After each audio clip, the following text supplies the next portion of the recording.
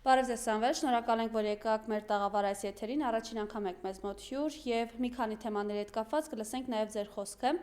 Եվ այսպես երևի սկսենք օրվա խորհրդի հետ կապված հարցից, ինչպես գիտեք, ԿՊԱ-ականները այսօր որոշեցին, որ հայրենիքի պաշտպանության համար նահատակված մեր զինվորների հիշատակման օր պետք է լինի, հունվարի 27-ը 28-ին ընդառաջ, իհարկե շատերը տարբեր տեսակետ են արտահայտում այս իրողության հետ կապված, բայց մի իշխանություն, որին շատ ծնողներ մեղադրում են իրենց երեխաներին այս աղետին հասցնելու մեջ, մահվան հասցնելու մեջ, եւ այսօր էլ եռաբլուրում ծնողներ էին, ովքեր գնացել էին այնտեղ, որպեսզի թույլ չտան այս իշխանության ներկայացուցիչները մոտենան իրենց զավակների շիրիմներին, ասելով, որ պղծելու են այն, եթե իրենք մոտենան, մի իշխանություն, որը ասում էր մեր զինվորները զոհվել են հանուն ոչինչի, այսօր Նիկոլ Փաշինյանը խոսում է, որ նրանք զոհվել են, որ մենք ապրենք, ապրեցնենք, խնդրեմ օրվա հետ կապված ձեր տեսակետը։ Նախ շնորհակալ եմ հրավերի համար, ճիշտն ասած օրվա առիթով շատ տարբեր զանազան մեկնաբանություններ եմ տեսնում, ճիշտն ասած այնքան էլ հակված չեմ դավադրապաշտական տեսություններին, որ կապում են օրինակի համար հրեաների հոլոկոստի հետ եւ այլն, կարծում եմ պատասխանը շատ ավելի պարզ է, պարզապես ուզում են արժեզրկել բոլոր մնացյալ հենց կոնկրետ անուններով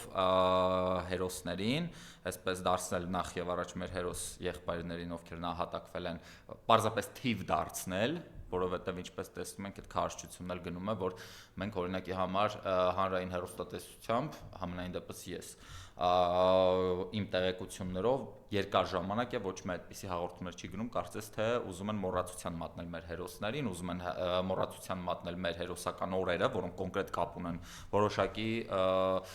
մեր ռազմական ինչ-որ ստրատեգիական այսպես հաղթանակների հետ, այդ ամենը պարզապես մի օրվա մեջ են այսպես հավաքում, որպես տոն դե դուք տոն եք այսօրը մենք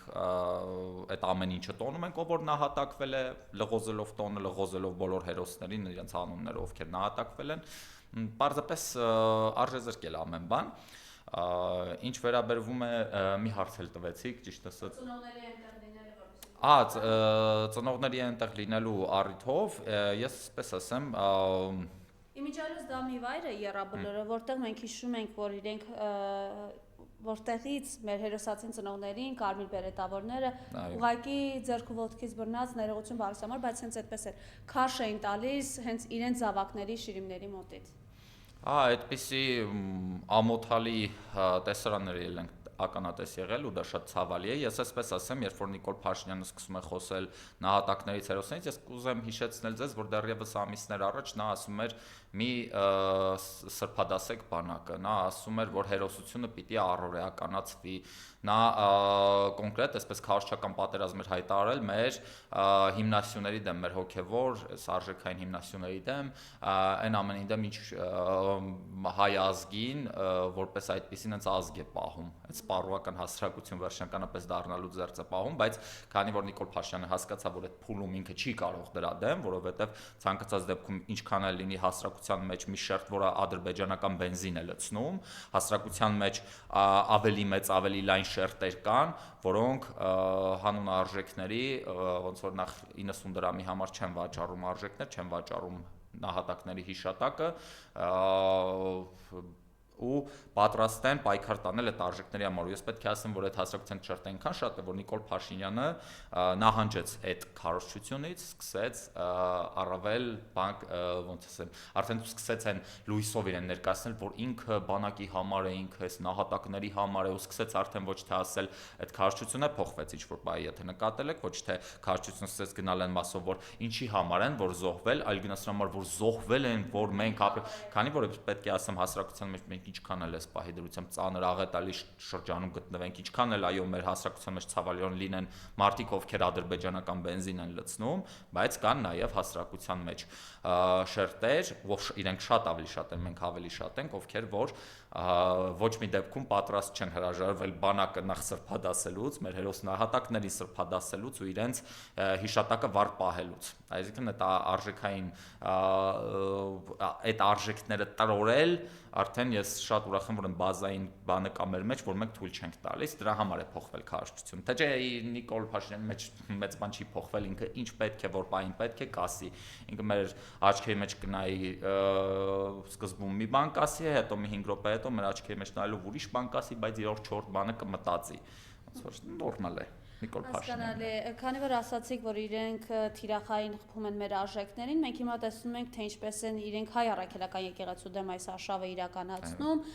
Ըստ էության մենք հասել ենք մի փուլի, որ մեր սրբազանները բանտված են, 3 մկրտիչ սրբազաններ հայտնի դարձել, որ 1 ամսով կշարունակեն մնալ կալանքի տակ։ Խոշտանգումների են բարեբուն իմաստով ենթարկվում, որովհետև փաստաբաններն ահազանգում են առողջական լուրջ խնդիրների մասին։ Մենք տեսանք, թե ինչպես են մեր քահանաները ահազանգում, որ մինչև անգամ իրենց ընտանիքի անդամներին են ահաբեկում, որովհետև Գևորգ Սարոյան անվամբ նախկին Գևորգ Սրբազանը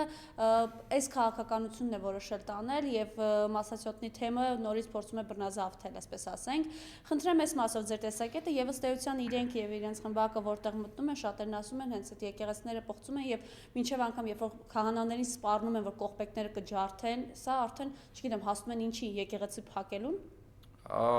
Գիտեք, մենք պետք է մի բան իմանանք, նախ եւ առաջ մեր հոգեվոր հայրերը պետք է այդ ամենը լավ հասկանան։ Հոգեվոր հայրեր ասելով ես վաղուց արդեն հանել եմ շարքից տիրադավերին, ովքեր որ դեմ են գնում ոչ թե մեր կաթողիկոսին, վեհափառին չեն դեմ գնում, իրենք դեմ են գնում մեր այս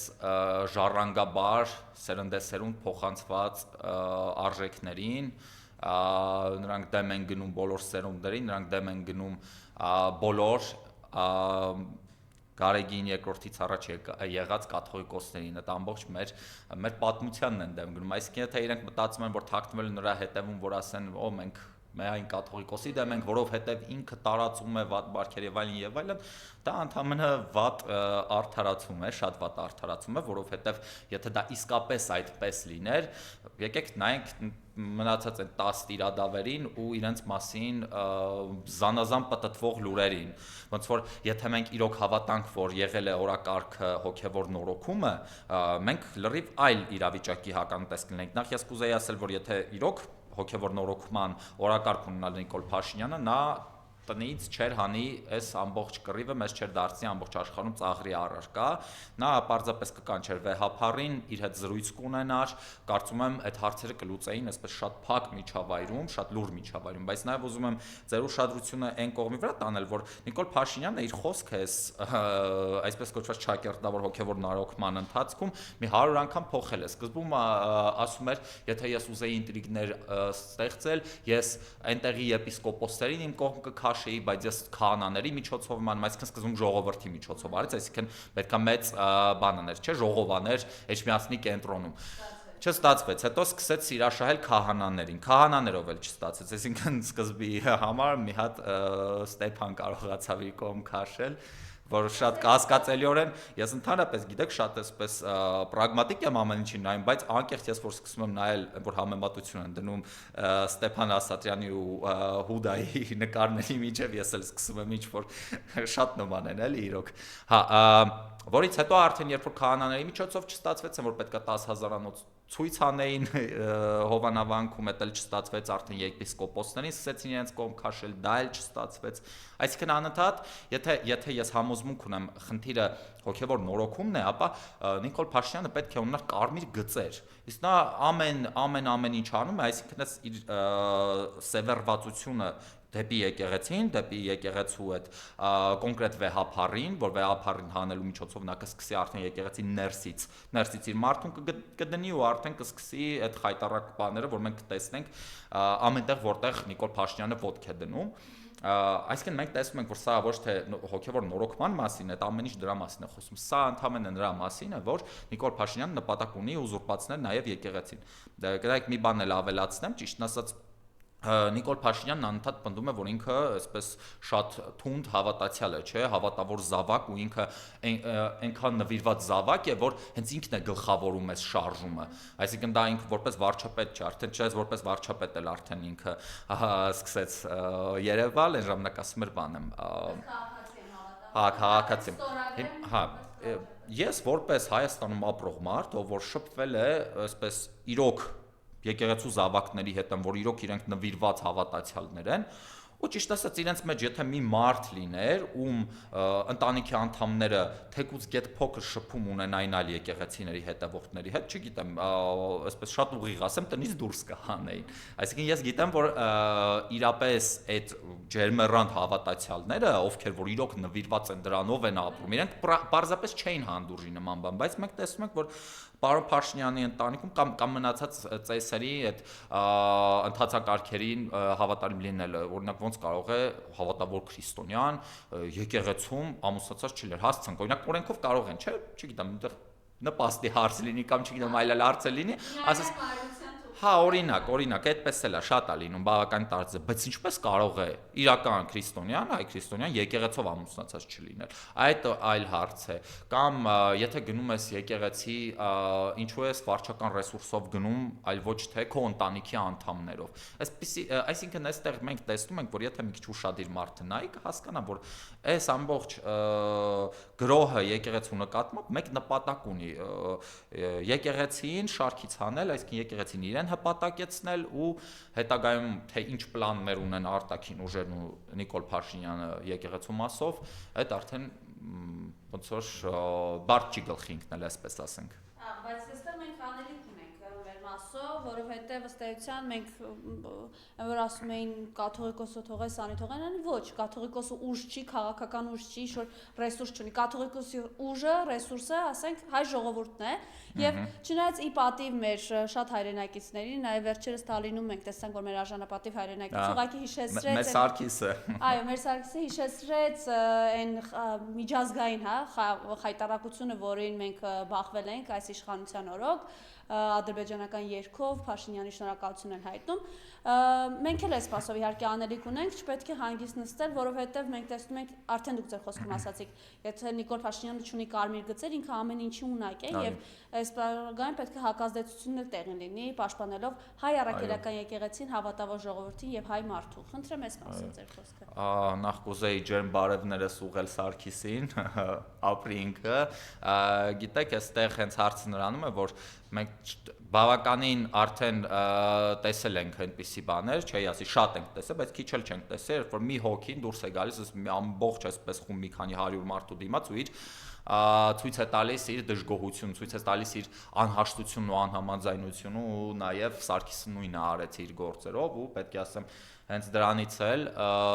օրվա իշխանությունները վախենում են անհամաձայն մարդկանցից, որովհետև կարող է պայտակ լայն հանրության լայն շերտերում տպավորություն ստեղծել, որ իրենք շատ են, այսինքն կա այդ նորմալության զգացությունը, որ մարդիկ հաշտ են նրա հետ, որ եկեղեցին գրոհում են ու այսպիսի ինչ որ ֆեյք պատարակներ են կազմակերպում, բայց երբ որ մի հոգին բավական է ցույց տալու համար, որ ոչ, մենք հաշտ չենք դրա հետ։ Ու շատ լավ է, որ այդ ամենը կա, ես էլ իհարկե այդ մեդիա դաշտում արդեն ինքս էլ եմ իմ անհամաձայնությունը անդադ ցույց տալիս հենց եկեղեցու շուրջ կատարվողի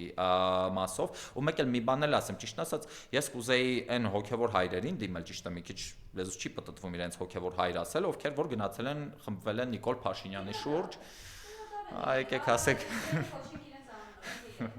Դե փաստացի, ես որ լսեցի մասնագետներին կոնկրետ աստվածաբաններին, ես բավականին հիմնավոր բաներ տեսա, այդ հիմնավոր ապացույցներ իրենց խոսքում այդպես փաստարկներ տեսա, որ այո, իրոք տիրադավ են, էլի ոնց որ դուրս է գալիս, որովհետև եթե իրենք վեհապար տեր դիմել են վեհապարին, իսկ հետո արդեն ուրացել են, դե դուրս է գալիս, որ տիրադավ, էլի այդ կոնկրետ եկեղեցական բաներով որ նայենք։ Ճիշտ ասած, իրենց մասով ես զարմանում եմ, որովհետև իրենք չեն հասկանում, որ Նիկոլ Փաշինյանն իրենց օգտագործելու է, ու օգտագործելուց հետո երբ իրենք պետք չլինեն, արդեն դեն են էտելու, ու ընդհանուր առմամբ իրենք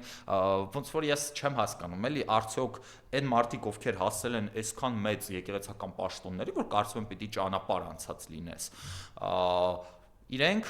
այնքան պատկերացում չունեն, որ ոչ մի իշխանություն հավերժ չէ։ Մենք արդեն 35-40 տարվա ընթացքում մենք 4 իշխանություն ենք տեսել։ Արդյոք այս մարդիկ չեն հասկանում, որ անխուսափելիորեն լինելու է 5-րդը, 6-րդը, 7-րդը ու չկա այնպիսի իշխանություն, չի կարող լինել այնպիսի իշխանություն, որ իրենց թուշիկը կպաչի, ասի ապրեք դուք հոգևոր նորոգում իրականացիք, չնայած որ ինչքան էլ պարադոքսալ է, բայց ես պնդում եմ, որ այո, հոգևոր նորոգում տեղի է ունեցել ու շարունակվում է տեղի ունենալ։ Ու կուզեի մեկ էլ իմ հարգանքները իմ կասեի սերը ուղղել մեր սրբազաններին, ովքեր գտնվում են այս պահին բանտում, պետք է ասեմ, որ մենք հոգեպես իրենց կողքին ենք ու իրենց աջակցում ենք։ Ես պետք է ասեմ, որ այդ հոգևորականների մեջ առանձին շատ այսպես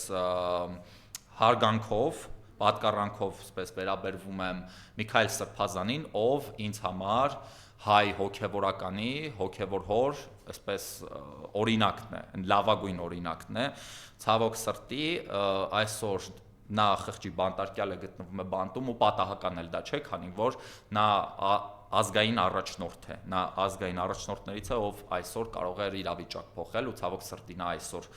մեզանից կտրված է, մեզանից իզոլացրել են ու մենք պետք է շարունակենք պայքարը նաև հանուն մեր հոգևոր հոր, նաև նրա համար, որ մեր հոգևոր հայրը շուտապույտ ազատ արձակվի ու արդարությունը կրկին հաղթանակի։ Այս մասում մենք իրականում անելիք ունենք առաջիկայում, ինչպես գիտեք, փետրվարին սպասվում է ԱՄՆ փոխնախագահի այցը Հայաստան, Վենսի այցը եւ շատերը կոչ են անում, որ սա կարող է ճիշտ օգտագործել, այս իրողությունը կարող են ճիշտ օգտագործել, բարձրաձայնելով, որ քրիստոնեությունն ընդունած առաջին երկրում քրիստոնյաները հալածանքի են ենթարկվում եւ մենք գիտենք, որ վերջերս Միացյալ Նահանգները Թրամփի վարչակազմը խոսում էր այն մասին, որ բոլոր այն երկրներում, որոնց իշխանությունները քրիստոնյաներին հալածանքի կենթարկեն, դրանք կոնկրետ արձագանքի կարժանանան եւ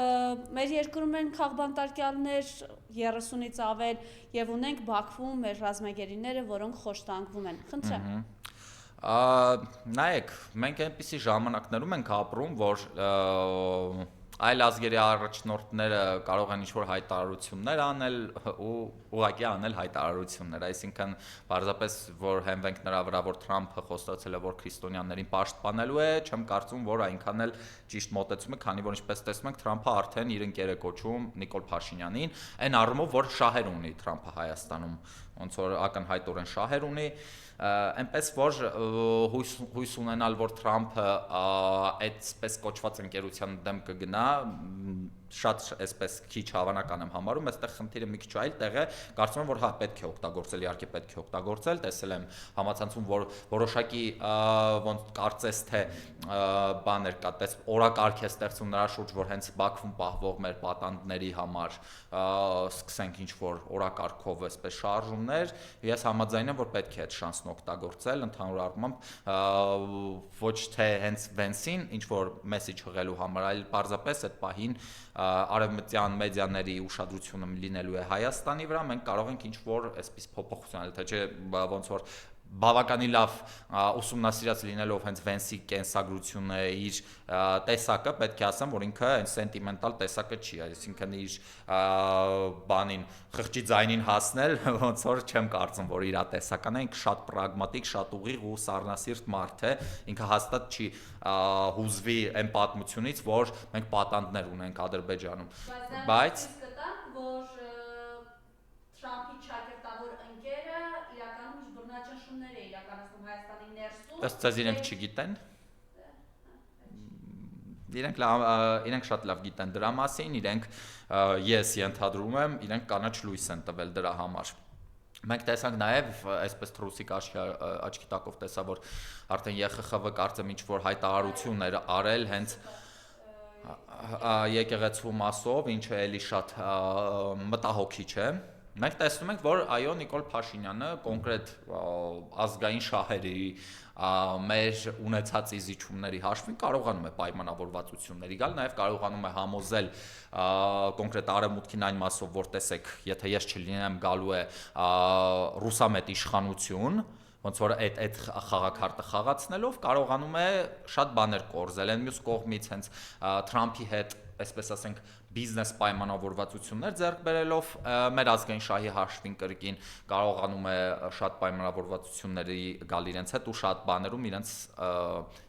այնպես անել, որ աչք փակեն, այսպես ասենք, արատավոր երևույթների վրա, ու մի բան էլ ասեմ, ճիշտ ասած շատ մտահոգիչ լուրեր իմացա այս վերջերս, որ այն 76%-ի մեջ, որը Ամերիկայի տիրապետության տակ է լինելու, ադրբեջանական կապիտալ կարող է լինել, ինչը նշանակում է, որ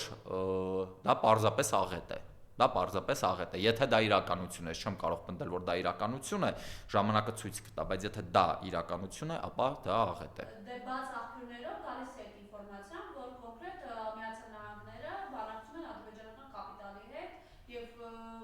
այսպես ասենք, կարող է առավոտ արտանենք իմանալ, որ Սյունիքում օրինակ Գիտեք, ես ամենաշատը ինձ մտահոգող բանը մեր քաղաքական մտքի մեջ նա է, որ մենք խիստ կարճատես ենք։ Մենք չենք տեսնում, մենք գիտեք, մեր քաղաքական միտքը պետք է 100-ամյակներ գնացող այսպես սևեռվածություն ունենար, 100-ամյա ինչ որ տեսլական ունենար, իսկ մենք անգամ չենք կարողանում գնահատել այն հանգամանքը, որ Ամերիկայում 3 տարուց կրկին ընտրություններ են։ ու Թրամփի վերջին բանն է, էլի նստաշրջան ինքը այլևս չի կարող առաջադրվել, տեսնելով թե Ամերիկայի ներսում ինչ լարված է իրավիճակը, կարող եմ ասել, որ ամենայն հավանականությամբ դեմոկրատներն են հաջորդը վերցնելու իշխանությունը, մենք անգամ դա չենք կարողանում գնահատել։ Իսկ իրենք 50 տարի Հա, իսկ գիտեք, ես պայդրությամբ Ամերիկայում հասարակության ներսում այնպիսի հսկա ճեղք է առաջացած։ Եթե հետևենք, ես օրինակի համար հենց այդ սոցիալական մեդիաներում հետևում եմ, թե աչերին, թե ձախին, ես նկատում եմ, որ այնտեղ շատ բևեռացված է հասարակություն, գնալով բևեռանում է։ Այսինքն մենք կարող ենք հստակ մի բան ասել, որ երբ որ իշխանությունը փոխվեց, ԱՄՆ արտաքին քաղաքականությունն էլ է մեծապես փոխվել ու մենք չգիտենք, այսինքն կարող է եւ այնպիսի իշխանություն կա, որը ելի Հայաստանի հետ ցանկություն ունենալ սերտ կապերի սերտ հարաբերություն, կարող է մտածի, որ սա այլ տերությունների ազդեցության գոտի է։ Մենք չգիտենք դա ու մենք պետք է դա գնահատենք, որ ելի ոտքի տակ չընկնենք, չտրորվենք, քանի որ այս պահի դրությամբ ես շատ ուրախ եմ, որ Ամերիկայի հետ հարաբերություններ են սերտանում, բայց ես շատ մտահոգված եմ այն առումով, որ Նիկոլ Փաշինյանը չի կարողանում բանակցել։ Ակնհայտորեն ինքը, եթե 76%-ի մեջ ինքը տալիս է Ադրբեջանը կարող է կապիտալ ունենալ, դա պարզապես աղետ է, դա անթույլատրելի է, մեր ազգային շահի տեսանկյունից դա աղետաբեր է։ Մնացած առումով, ինչ վերաբերում է արտաքին քաղաքական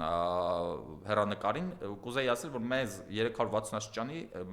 քաղաքականություն է պետք բոլորի հետ աշխատանք։ Ես պայդրությամբ մեզ անդադ վախեցնում են, որ վա, ես Ադրբեջանը կգա, կհարցակվի, կկոտորի մեզ եւ այլն, պատերազմով են, չէ՞, սարսափեցնում, բայց մենք մյուս կողմից տեսնում ենք, որ իրանք անդադ սադրում են ռուսներին։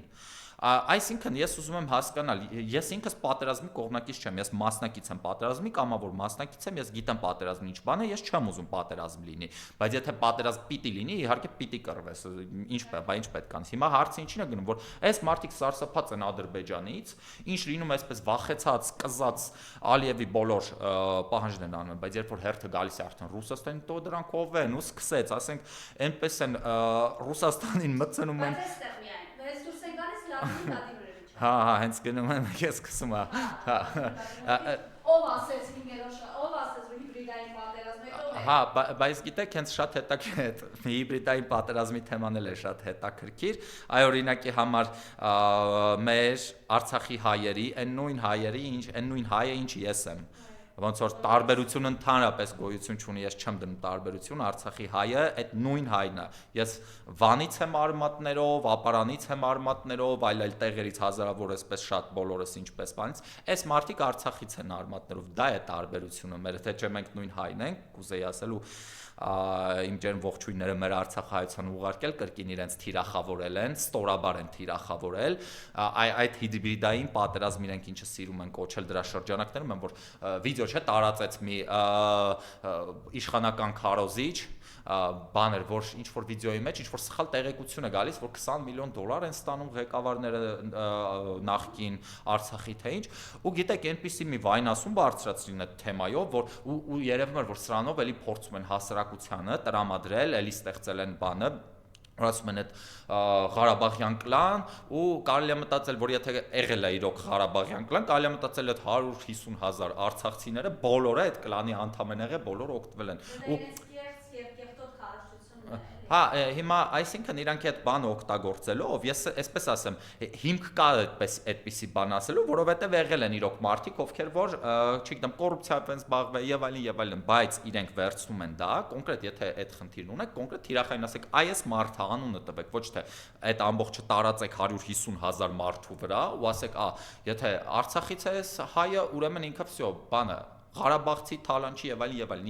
ինչը հասարակության մեջ, հանրության մեջ փորձում են ներարկել, բայց իհարկե դա չի աշխատում։ Կրկին ուզում եմ ասել իմ ջերմ ողջույնները մեր Արցախի հայերին, իրենք պետք է պինդ մնան, ասում պենդ կացեք, որովհետեւ մեր բոլորի համար լավ ժամանակները գալու են ու հաստատ իշխանությունը հաջորդ ով էլ որ լինի, պիտի իրենց մասին ամեն կերպ հոգ տանի ու հաստատ էլ չի կրկնվի այս թիրախավորումները։ Եվ իհարկե այս ամենի ֆոնին մենք տեսնում ենք բավականին դուք էլ ակտիվ աշխատում եք այս ուղղությամբ, են որ ասում են փաստերով կոտրում ու ջարդում իրենց առաջ քաշած թեզերը։ Աստղաբաշխական պարգևավճարներ եւ մանավանդ վերջի շրջանում, երբ մենք խոսում ենք թոշակառուների հետ, այն աղետալի վիճակը, որում իրենք ապրում են մանավանդ մեր թոշակառուները, դեղ գնելու խնդրից մինչեւ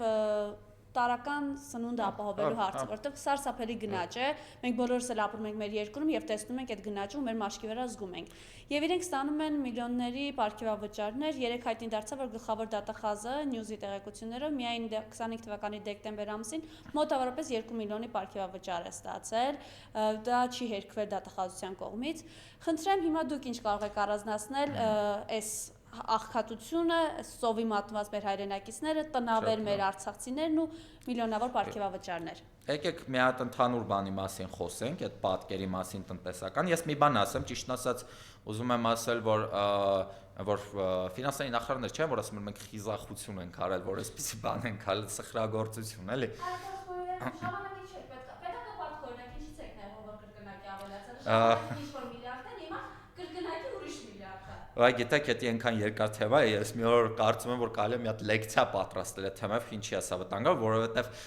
գիտեք, ես հիմնականում այդպես կարճ ֆորմատներով եմ նկարում, 1.5 րոպեում դու չես կարող հստակ տալ այն բոլոր ռիսկերը, որ իրանք բերում են։ Ես կարող եմ ընդհանրապես էլի փաստարկներով եկեք խոսենք։ Ուրեմն մոտավորապես 6-7 ամիս առաջ ֆինանսների նախարարը այս նույն բանի թեմայով, պետական պարտքի թեմայով ասում էր, մեզ մտահոգում է պետական պարտքի այս աճի տենդենսները։ Անցնում է մի քանի ամիս, այդ վերջերս ասում է, ինչ անհանգստանալու կարիք կա,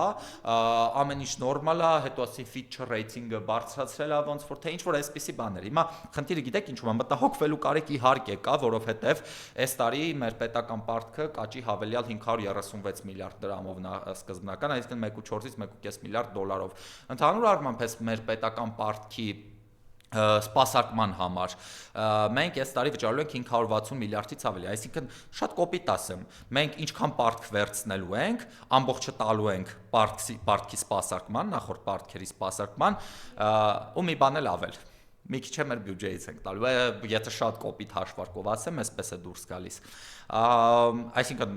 պատկերացիք չէ, ինչ ասածս, հեսա բան չկան էլի, ինչ որ չգիտեմ Դանիել Հովհաննիսյանը չհայտնվի ասի, կեղծիք ես տարածում, որովհետև այդ ամբողջը չի գալիս, ըստ ծրագրի է գալիս, շատ բարձրացնում են պարոն Հովհաննիսյան, չասեք որ կեղծում եմ։ Պարզեցված եմ տալիս, հա, նայեք, ուրիշ ինչ խնդիր ունենք մենք այստեղ, որ մեր տոկոսագումարները տարեց տարի շատ մեծ աճ են գրանցում, եթե օրինակի համար մենք 2018 թվականին, երբ Նիկոլ Փաշինյանը եկավ իշխանության, տոկոսագումարների համար վճարում էինք 112 միլիարդ դրամ էր կարծեմ, այդպես 100 միլիարդ դրամից մի քիչ ավելի, ապա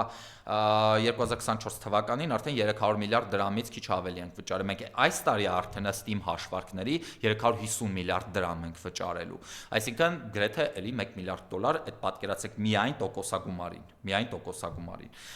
տոկոսագումարների միջին կշռված տոկոսավճարներն աճում են այդ տոկոսի չափը, այսինքն եթե 2018 թվականին 5% էր, ապա 24 թվականին 7.5%-ի է հասել, իսկ 2.5%-ային կետով աճել է։ Այդ նույնը ոնց որ եթե մենք վարկ վերցնենք 20%-ով, սկսենք վերցնել 30%-ով։ Այդ նույն համամասնությամբ է։ Դե պատկերացեք ինչքան է թանկացել։ Ու այս ամեն ինչի ֆոնին, երբ որ մեր պետական պարտքը Նիկոլ Փաշինյանի օրոք շատ շուտով կհասնի 9.5 միլիարդ աճի, իրենք ասում են, որ ամեն ինչ նորմալ է, մտահոգվելու բան չկա։ Իսկ մտահոգվելու բան շատ կա, ես պետք է ասեմ, որովհետև մենք մոտենում ենք իրական վտանգի, որ մենք կարող ենք պետական պարտքի դեֆոլտի գնալ։ Այսինքն, երբ որ մենք դեֆոլտի գնանք, իրանք իրականում սկզբում ներքին պարտքի դեֆոլտի կգնան, այն պարտքի, որոնք իրենք ռեզիդենտներին են պարտք, հետագայում նոր արդեն արտաքին։ Այսինքն խնդիրներ են այս ճիշտ ասած չէի ուզի ես պանիկա տարածել մարդկանց շրջանում, ուղղակի այն մարդիկ, ովքեր ունեն պետական պարտատոմսերը, պարզապես իրենց կջրվի, շատ կոպիտ ասեմ, կջրվի իրենց պարտատոմսերը, արժեքը կկորցնի, որովհետև դեֆոլտ կհայտարարվի, կջրեն պարտքը, շատ կոպիտ ասեմ։ Օրինակ հիմա ես ընդհանրապես կասկածում եմ, որ Նիկոլ Փաշինյանը այդպես կջրի ուղղակի։ Սիրո չէ ջրել, ասենք մեկ էլ նախընտրական շրջանում օրինակի համար բան տուգանքներն ա ջրում, բան։ Այս դեպքում էլ մարդկանց բաները պարտատոմսերը այդ կջրի։ Խնդիրը գիտեք ինչին է գալիս, մեկ էլ էլի վերադառնանք ես պարգևավճարների հարցին ու մեր թոշակառուների, մեր սիրելի տատիկ պապիկների հարցին, ում աչքաթող են արել։ Նայեք, ես մի վերջերս վիդեո էի նկարել նրա մասին, որ ինչքան է իրականում աճել բաները մեր տատիկ պապիկների թոշակները։ Այդ թոշակները իրական աճ չեն ունեցել, իրենք մինիմալի մասին են խոսում, բայց մինիմալի մասին խոսելիս, մինիմալ որ ասում են կենսաթոշակը բարձրացնենք, իրենք պետք է նշեն նաև քանի հոգի է մինիմալ ստացել, ու ընդհանուր առմամբ շատ պետք է նշեն, որ ամբողջական լինի տեղեկությունը, թե չէ սելեկտիվ իրենք վերցնում են այն տեղեկությունը, որ իրենց ձեռք է տալիս։ Ներկայացնում են որպես մեծ ձեռքբերում, իսկ իրականությունն այն է, որ 18 թվին գրեթե 40,000 դրամ է եղել, մեր միջին կենսաթոշակը 2024-ին դարձել է 49,000 միջին կենսաթոշակ, այսինքն իրական թվերը։ Իրականում թե ինչքան է ստանում մեր կենսաթոշակառուները, հա, ճիշտ ասած մեկ է ես շատ կուզեի մեդիանային բանը այդ մեծություններն իմանալ մեր կենսաթոշակների, բայց իրենք չեն ներկայացնում իհարկե թիվը, որովհետև դա իրենց ձեռնտու չէ։ Բայց նայեք, ուրեմն այդ աճը ես որ հաշվել եմ գնաճի հաշվիչով, գրեթե 27.2% կարծեմ բան է եղել, գնաճ է եղել ամբողջ բանի ընթացքում ժամանակահատվածի։ Ու դուրս է եկել իմ հաշվարկներով, վիդեոն ունեմ, կարող են ում հետաքրքիր է նայել, դուրս է գալիս որ 129 դրամով է աճել իրականում կենսաթոշակը, բայց էլ դե պատկերացրեք մնացած ապրանքները, ծառայությունները բոլորը այդ սենց ահագին գնաճ են էլի ունեցել։ Այդ բաներն է թվերն է շատ շուտով կներկայացնի։ Հա, այդ գույքարկի աճը տարբեր այդ բաների հա, դեռ նոր բաներ են մեզ սպասվում ու հետո էլ մեր վրա էլ ավելացրին այս նոր իբրև թե ապահովագրական այդ վճարները, որ օրինակի համար ես արդեն իսկ ունեի ապահովագրություն, բայց ես ստիպված եմ կրկին գումար վճարել, մի խոսքով, այս բան են անում էլի, որ ասում է տուգանքի մատերիալ ենք դարձել։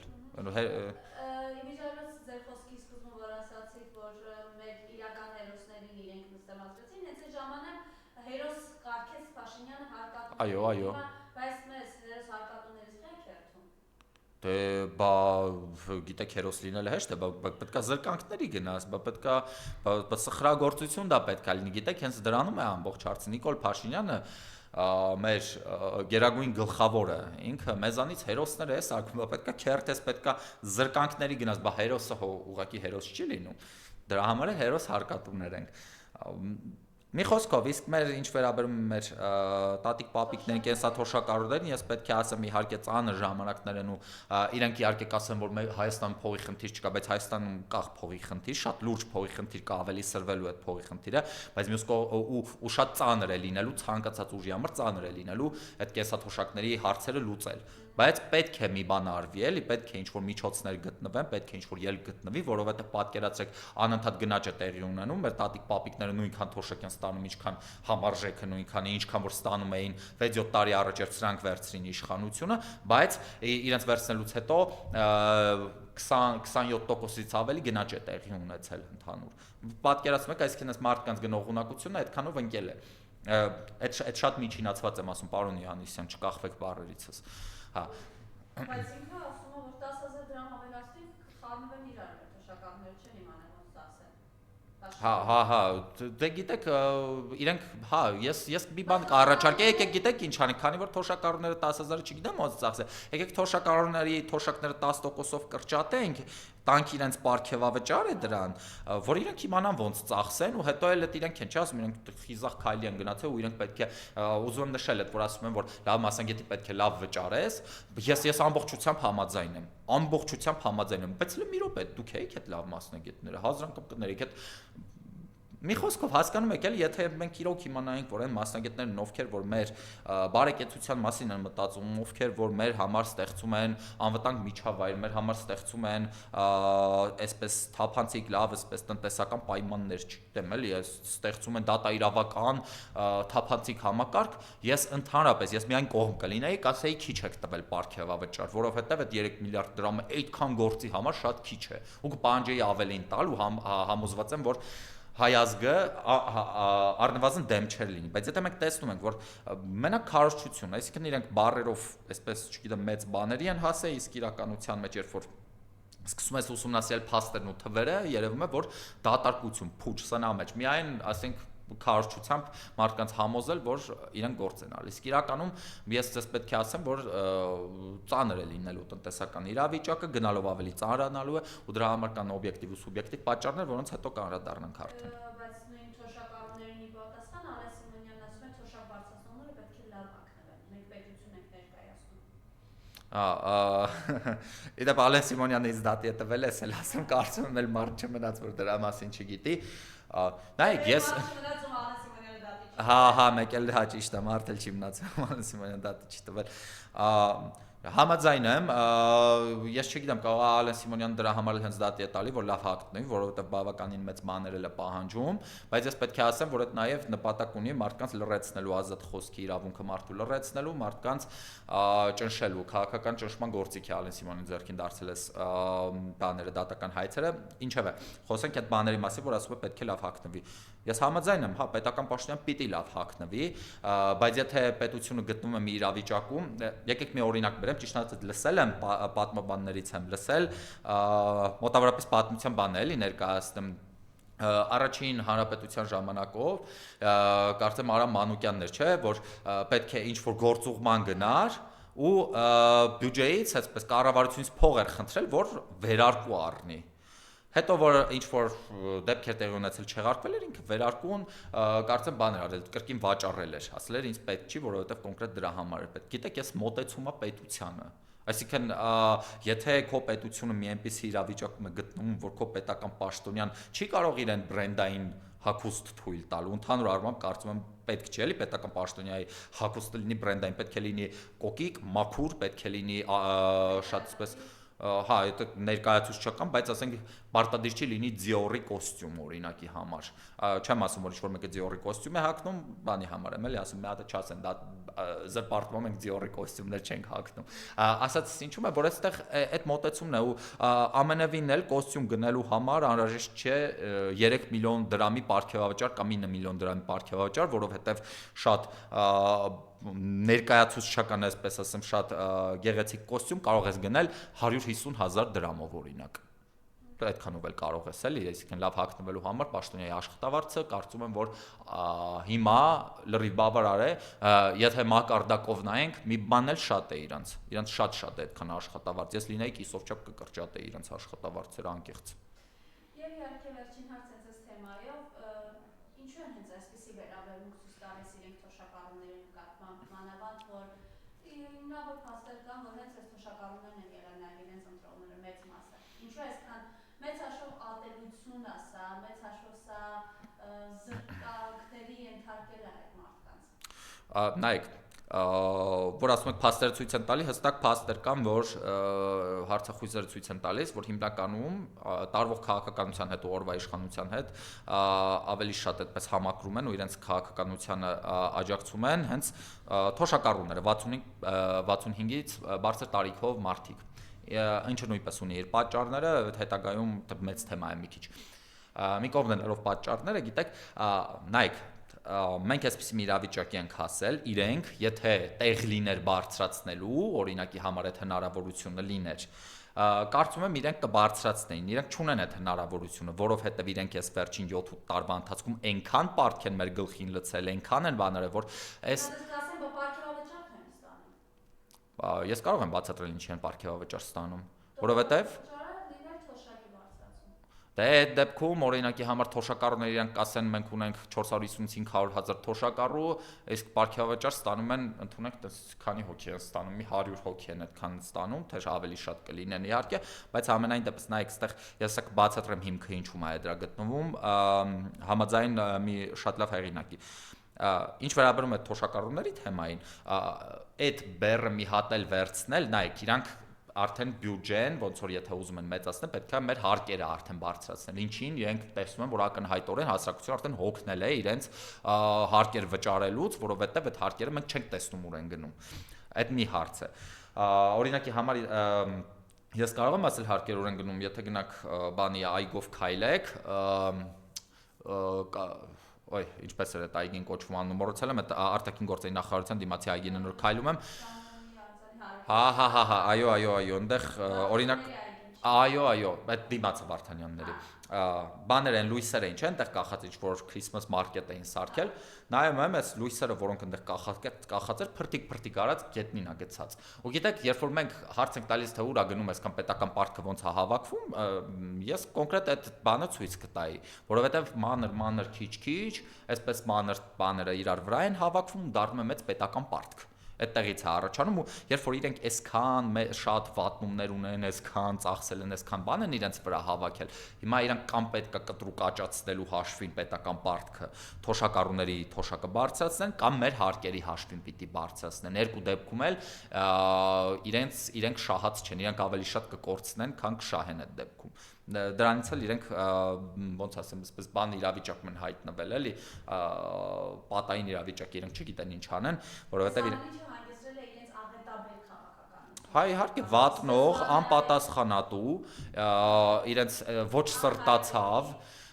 որովհետև գիտեք, ես միշտ ասում եմ, որ ինձ բան են անում, որ Նիկոլ Փաշինյանը օրինակ ասում է արցախցիներին ենք գումար տվել, ասում է պետական պարտքը արցախցին ենք տվել,